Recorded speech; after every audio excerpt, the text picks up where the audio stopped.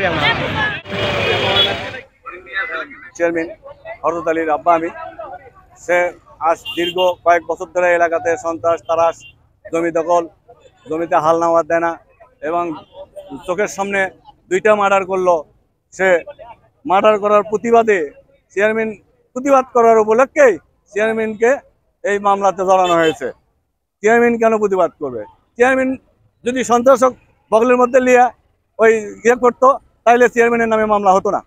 বর্তমান যে এখন বাদী, সে বাদী একজন মাদক ব্যবসায়ী, তার নামে বহুত ক্লেম আছে। সে কত টাকা খায়া চেয়ারম্যানের নামে মামলা ঢুকাইছে, আর সুস্থ তদন্ত এবং যে মামলায় ঢুকাইছে তার আমরা শাস্তি চাই।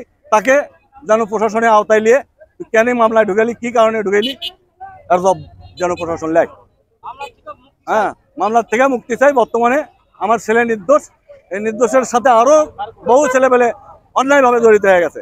এই অন্যায়ভাবে জড়িত থেকে তাকে নির্দোষভাবে খালাস দেওয়া হোক, এটাই জোর দাবি প্রশাসনের কাছে। আমার বাজার এরোল বাজারে মুখলেসুর রহমান মিন্টু, উনি বাজারের সভাপতি এবং সমাজসেবক। ওনাকে মামলা দেওয়া হয়েছে মিথ্যাভাবে, এবং দেওরের সোহান ওনাকেও মিথ্যাভাবে মামলা দেওয়া হয়েছে। ওই বাবু হত্যার ভাগ্নে হিসেবে কাউন্টার মামলা করেছে তার উপর, এবং মিন্টুর থেকে টাকা নেওয়ার জন্য মামলা দেওয়া হয়েছে। সাগর একটা খারাপ ছেলে ছিল, সে এলাকার বাইরেও যে চাঁদাবাজি করতো, খুন খারাপি করতো, মানুষের ভয়ভীতি দেখাতো এবং চিঠি প্রয়োগ করে টাকা নিত। আমাদের আমাদের আমাদের সকলের উচিত এই মামলা মিথ্যা হিসেবে প্রমাণ করা। আর প্রশাসন কয়েকদিন আগে সাবুল বাজারে সাগর মার্ডার হওয়ার পর নিজেই ব্রিফিং দিয়েছে যে সাগর 18-19টা মামলার আসামি, উনি সন্ত্রাসী ছিল এবং খারাপ কাজে লিপ্ত ছিল। সবাইকে ওনারাই বলছে যে এই মামলা পূর্ব জেরে অনেক শত্রুতা তার থাকতে পারে। প্রশাসনিক শাহজাহানপুর থানার বলেছে যে সাগর 18-19টা মামলার আসামি কে বা কাহারা তাকে খুন করা হয়েছে, তারা যোগ সাজয় মিথ্যাভাবে এলাকার চেয়ারম্যান সহ অনেকজনকে আসামি করেছে। আমার বক্তব্য, এই মামলা প্রত্যাহার করতে হবে, নাহলে আমরা আগামীতে আরো ভবিষ্যতে বড় কর্মসূচি দেবো ইনশাল্লাহ। এখানে হাল বোয়া শুরু হয়, কি হচ্ছে এখানে সাগরের হাল ছাড়া হাল বোয়া যাবে না। অনেক কৃষক সার সিটেলে বসে থাকে, মানে হাল বতে পারে না। অনেক কিছুই সমস্যা হয়েছে, এলাকার সন্ত্রাসী চাঁদাবাজি অনেক কিছুই ঘটেছে এবং প্রিপারিং হয়েছে, মামলা হয়েছে।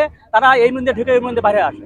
তার পরিপ্রেক্ষিতে কিভাবে কি মার্ডার সে হয়েছে, কিন্তু আমাদের কালু থানার 2টা ছেলেকে মূলত এখানে আসামি করা হয়েছে, যারা মূলত এই মামলা সাথে সম্পৃক্ততা নাই বলে আমি মনে করি। এবং তারা সেই সময়ে 15 তারিখ থেকে 24 তারিখ পর্যন্ত কক্সবাজারে ছিল, তাদেরকেও মামলাতে মানে ঢুকানো হয়েছে।